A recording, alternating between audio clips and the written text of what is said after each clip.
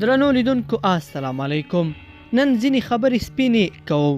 ولسمشر د اوبو له امله د ایران دښمني اخیستې وه. د افغانستان د بشپړ استقلالیت او پرمختګ له امله یې د پنجاب دښمني هم اخیستې وه. د امریکا ځینې غوښتنې نه منلې، خو عبدالله، عطا محمد نور، احمد مسعود او اکثره لنډغرو به د ایران، پاکستان او امریکا پر ضد عادي غږ هم نه کاوه.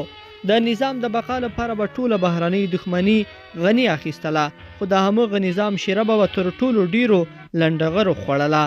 ځینې ملګري چې ولسمشر سره یې له نږدې کار کړی وایي چې په تیرو څو کلونو کې د ولسمشر ډیر وخت او انرژي د لنډغرو د توطیو په خنثی کېدلو مصرف شوي.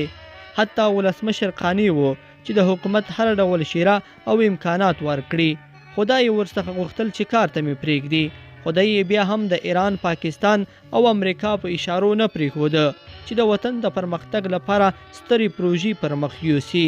د هرات بند چې هند او افغانستان افتتاح کاوه، په همغه ورځ د افغانستان د انرژي وزیر چې د عبدالله قسو د ایران پر اشاره په غونډه کې د هندي میلمنو چې راغلي وو د بې احترامي پلان یې ورته لاره، خو ولسمشر په وخت خبر شو او په غونډه کې د خپل وزیر د ګډون مخنیوی وکړ.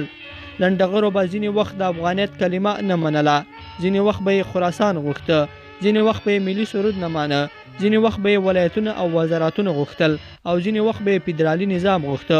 په ډیرو عادي مسایلو به یې د ولسمشر اونۍ او حتی میاشتنی وخت هم ضایع کوه. آخر ولسمشر مجبور شو چې طالب پر افغانستان حاکم کړي، ځکه دی پوهیده چې که د طالبانو پر وړاندې مقاومت وکړي د افغانستان آبادي د لاسه ورکوم. اوس چې لنډغرو ته باج ورکوم، خو بیا مې هم د پرمختګ مخنیوی کوي. خو که افغانستان وران شي او د باج ورکولو توانایي هم ونه لرم، هغه مهال بیا بیخي نه کوي.